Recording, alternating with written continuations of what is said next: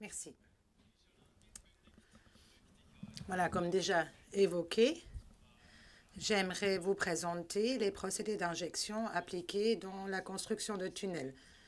D'abord, les injections de fissures. Je vais vous présenter l'objet du tunnel du Taubenloch T5. Ensuite, je vais présenter les injections hybrides où je vais vous présenter le projet Route des Nations à Genève.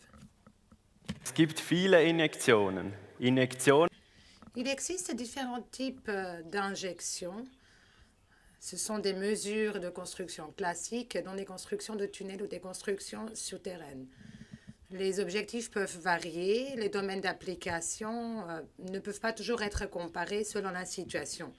Suivant la situation ou la problématique, il peut être censé d'appliquer les mesures individuellement ou en combinaison avec d'autres mesures. Il faut donc bien planifier, tenir compte de l'environnement, de l'équipement présent et des influences de matériaux, entre autres. Il faut définir clairement les prestations dans un contrat d'entreprise. Il faut tenir compte des coûts, du temps et du personnel disponible. Les injections, de manière générale, sont classifiées dans différentes catégories d'application. Le renforcement, la consolidation, la stabilisation, le fracking, les remplissages et les étanchéités. Par exemple, des mesures d'assainissement, nous allons le voir dans l'exemple qui suit. Stabilisation de la roche ou des sols, ce sera donc le deuxième exemple que je vais présenter. Concernant les injections de fissures, donc étanchéité des fissures, en fait, il s'agit du remplissage de la fermeture d'une fissure dans la maçonnerie ou dans le béton. On utilise un matériau de construction et on procède au remplissage de la fissure sous pression. Il s'agit de prendre des mesures statiques et des mesures d'étanchéité pour rétablir l'état initial. Normalement, on utilise des procédés à basse ou à haute pression pour ces injections. Normalement, on utilise le polyuréthane, l'acrylate, la résine époxy ou le ciment. Abdichtungstechnik werden durch Dans le cas de la technique d'étanchéité, on poursuit les objectifs suivants avec les injections. Des injections de stabilisation, d'étanchéité ou aussi des injections par précontrainte. Je vais maintenant vous présenter le projet ou l'objet du tunnel de Taubenloch, T5, et je vais donc vous montrer différents types d'injections. Le tunnel du Taubenloch a été construit il y a plus de 50 ans et mis en service également il y a plus de 50 ans. Comme pour beaucoup d'anciens objets, on a renoncé à une étanchéité conventionnelle dans ce tunnel. Donc vous le voyez ici à l'écran sur la photo, les différentes infiltrations, notamment au niveau du portail. Il y a aussi la formation de glace qui peuvent entraver le trafic, notamment en hiver.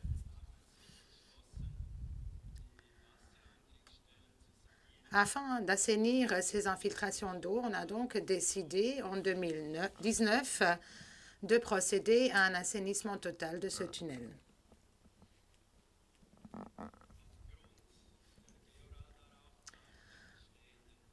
En raison des mesures de géoradar dans la coque intérieure du tunnel, on a constaté plusieurs cavités ou des vides entre la voûte intérieure et la roche attenante au tunnel. On a donc procédé à des injections de remplissage afin de rétablir, de préserver la voûte intérieure. Par section, on a procédé à au moins 5 forages d'un diamètre de 40 mm. Ensuite, on a inséré une caméra pour définir la taille de la cavité. Et ensuite, on a fermé ces fissures avec un injecteur à vis. Au total, environ 41 tonnes de ciment ont été remplies dans ces différentes cavités afin de les fermer complètement. En même temps, environ 150 autres forages ont été effectués afin de sécuriser la voûte avec des ancrages supplémentaires. Ensuite, il fallait procéder à un déblai des surfaces de la voûte existante afin de construire la nouvelle voûte.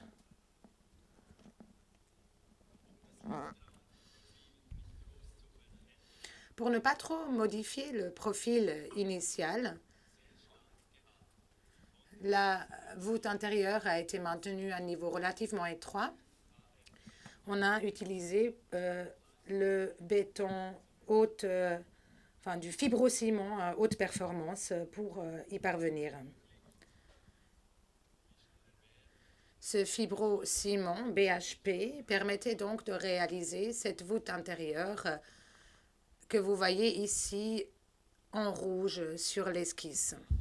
Il y a aussi des inconvénients en utilisant ce fibrociment. Lorsque on utilise le fibrociment BHP pour assainir la voûte intérieure, en fait, c'est un matériau extrêmement dur, extrêmement rigide, et il y a une teneur élevée en fibres d'acier.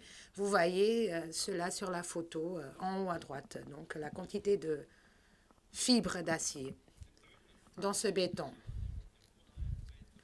Dans cette nouvelle coque intérieure, plus fine en fibrociment, plusieurs fissures, petites et grandes, sont apparues après peu de temps, malgré la haute teneur en acier de béton. Entre l'ancienne voûte et la nouvelle voûte, l'eau pouvait donc continuer à s'infiltrer parce qu'on avait donc à l'époque de la construction initiale renoncé à l'étanchéité. Sur demande du maître d'ouvrage, il fallait donc fermer ces fissures afin d'empêcher l'infiltration d'eau de montagne sur les voies de circulation. Et donc, il fallait traiter un certain nombre de problèmes. Quelle fissure doit être assainie avec quelle méthode d'injection?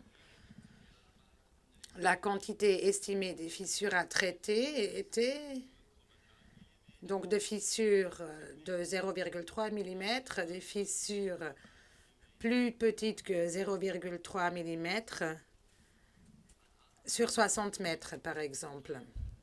En se basant sur ces quantités estimées, le maître d'ouvrage a décidé différentes procédures. Pour les fissures de moins de 0,3 mm, on a utilisé un mastic, un composant élastique. Et pour les plus grosses fissures, plus grandes que 0,3 mm, on a procédé à des injections avec une résine polyuréthane élastique.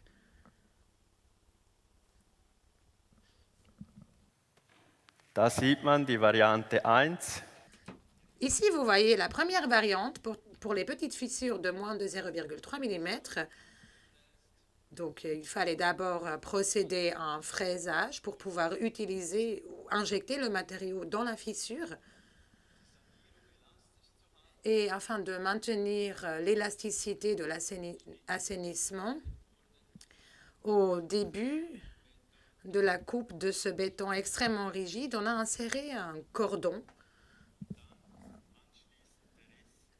Et ensuite, cette fissure a pu être remplie avec de la résine époxy. Ça a plutôt bien fonctionné.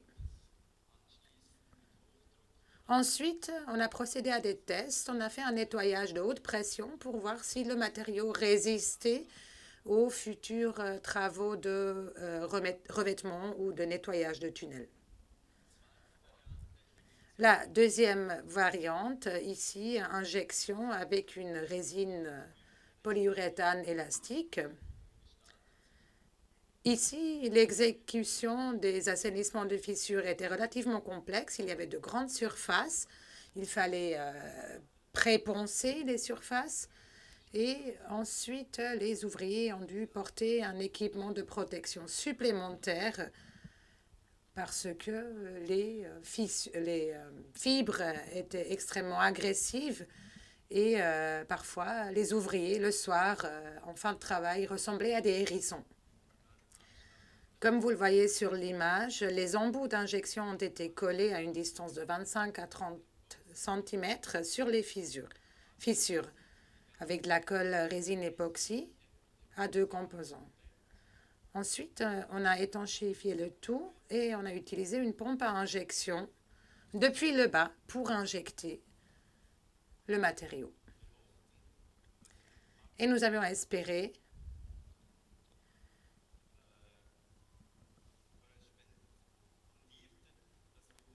que pour chaque étape, cela correspondait et qu'on pouvait s'assurer que la fissure avait bien été remplie. Ensuite, nous avons repensé toute la surface pour obtenir un produit propre. Et la dernière variante utilisée au tunnel du Taubenloch, c'était l'utilisation d'un liquide bactérien, à savoir un mortier bactérien, pour remplir certaines de ces fissures. C'était une phase de test et cela fonctionnait plutôt bien aussi. Les fissures jusqu'à 0,5 mm pouvaient être traitées de cette manière. Le mortier contient une cristalline qui forme des cristaux en contact avec l'eau et permet ainsi de fermer les fissures.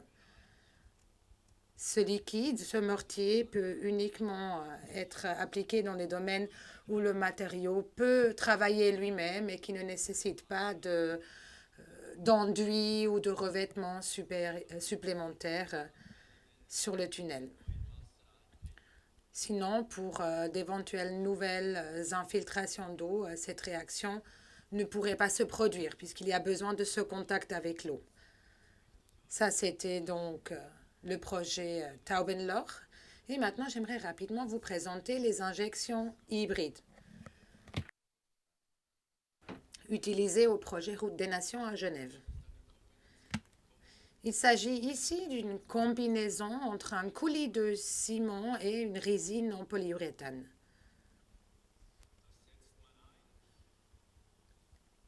On utilise donc ces injections hybrides lorsque il y a un écoulement incontrôlé de l'injection de ciment. À ce moment-là, on peut ajouter de la résine polyuréthane.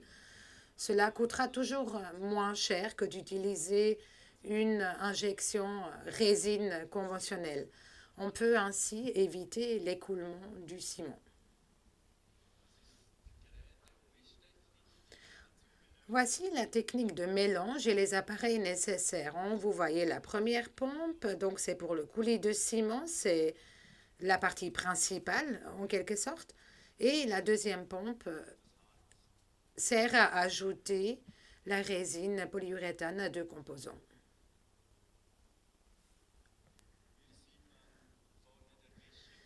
Ici, vous voyez devant le mélangeur où on ajoute donc les substances et ensuite dans le trou de forage, on applique justement ce mélange.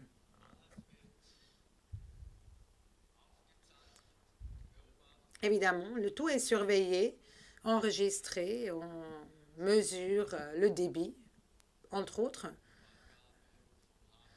Et ainsi, on peut décider au cas par cas l'ajout de la résine et aussi maintenir les coûts à un niveau relativement bas. Voici donc les caractéristiques de ce matériau. Lorsqu'on ajoute la résine, c'est un liquide relativement épais, mais encore facile à pomper.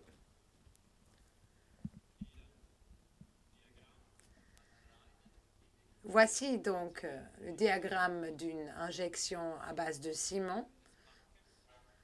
Donc, au début, on a l'injecteur, on voit l'augmentation de la pression. On injecte donc le coulis de ciment, ça varie pas beaucoup. La pression monte. On n'a pas d'écoulement, donc on n'a pas besoin d'ajouter la résine. Et on voit que la pression se maintient au même niveau. Donc on peut renoncer à l'ajout de polyuréthane, puisque cela coûterait relativement cher. L'image est différente ici, donc au début aussi, l'injecteur,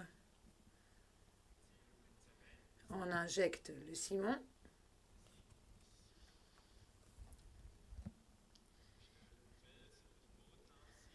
On voit ici comment c'est représenté dans la roche ou dans le sol. Donc on voit que le ciment coule un peu partout, là où il ne devrait pas. À ce moment-là, on ajoute le polyuréthane.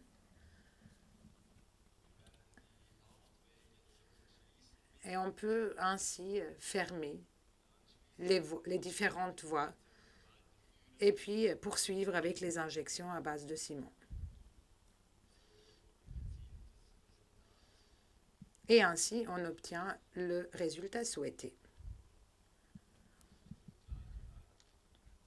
Et lorsque la pression ne varie pas trop, il y a donc l'injection dans les grandes fentes, les petites fentes.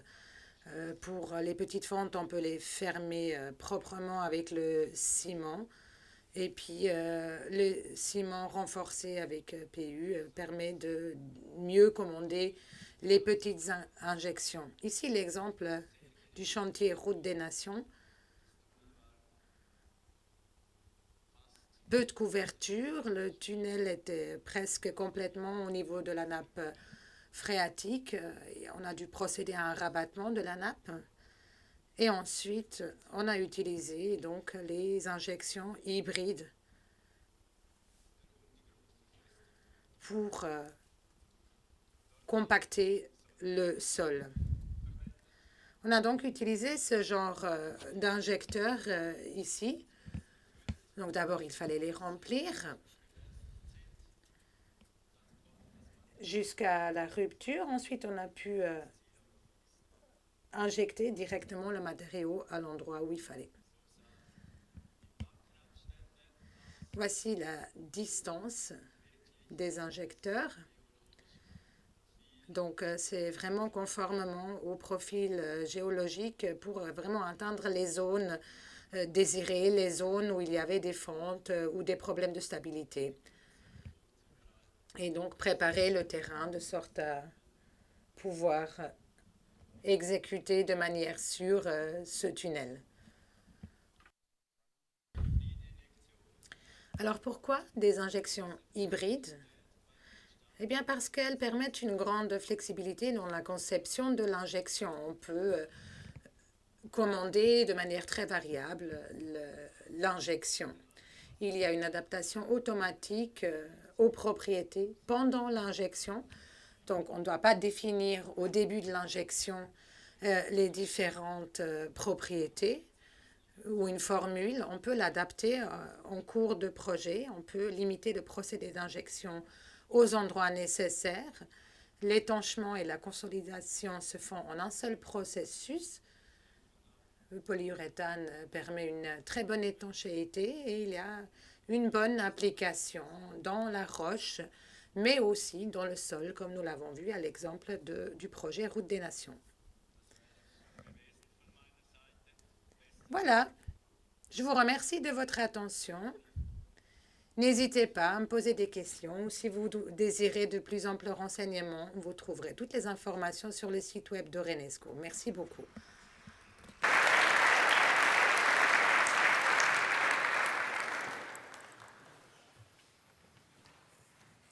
Danke vielmals, Herr Sutter. Bitte schön. Kam eine ganze Reihe von Fragen herein. Merci, Monsieur Sutter. Nous avons reçu plusieurs questions. Certaines questions concernent plutôt les tunnels, le béton. Alors là, je vais faire un peu le tri parce que Monsieur Sutter, lui, il est l'expert de l'étanchéité. Mais il y a d'autres questions intéressantes comme celle-ci.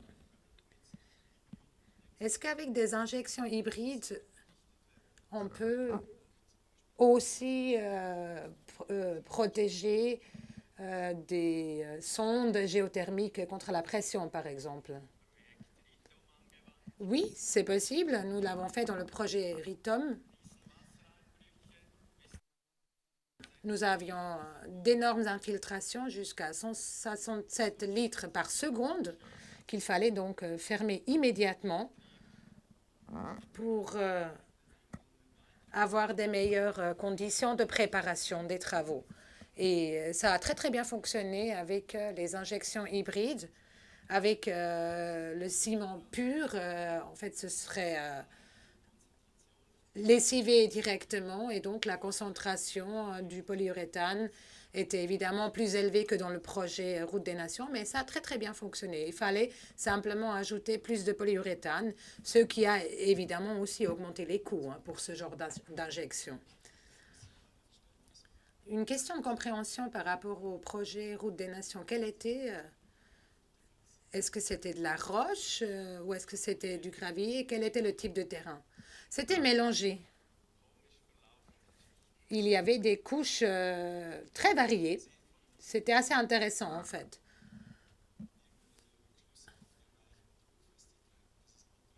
Qu'en est-il de la résistance à la pression de ces matériaux? Est-ce que vous avez pu définir des paramètres cibles? Est-ce que le matériau était de bonne qualité avec vos étanchéités?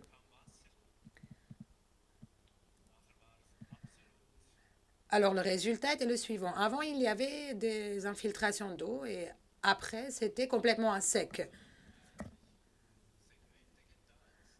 D'abord, on avait différents segments, ces galeries de paraments, et le matériau était relativement rigide, comme la roche initiale. Donc, une excellente résistance à la pression.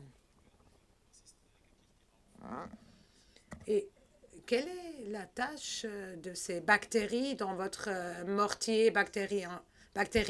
Est-ce que ces bactéries restent pour toujours ou à quoi elles servent? Comment il faut se l'imaginer?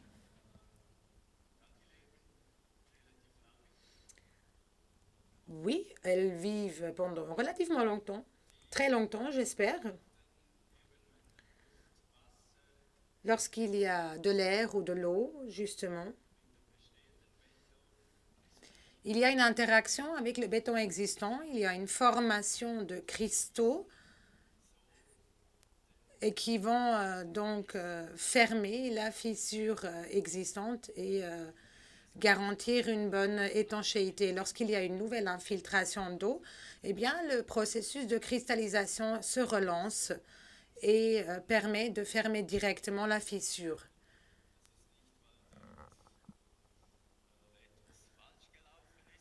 Donc, lorsqu'il y a concrétion, ce n'est pas que quelque chose s'est mal passé. C'est peut-être pas très joli au niveau esthétique, mais en tout cas, la fissure est bien fermée. Et donc, il ne faut pas trop faire de la cosmétique non plus ensuite. Il ne faut pas ajouter d'enduit ou autres revêtements. Il faut vraiment laisser agir ces bactéries. Merci.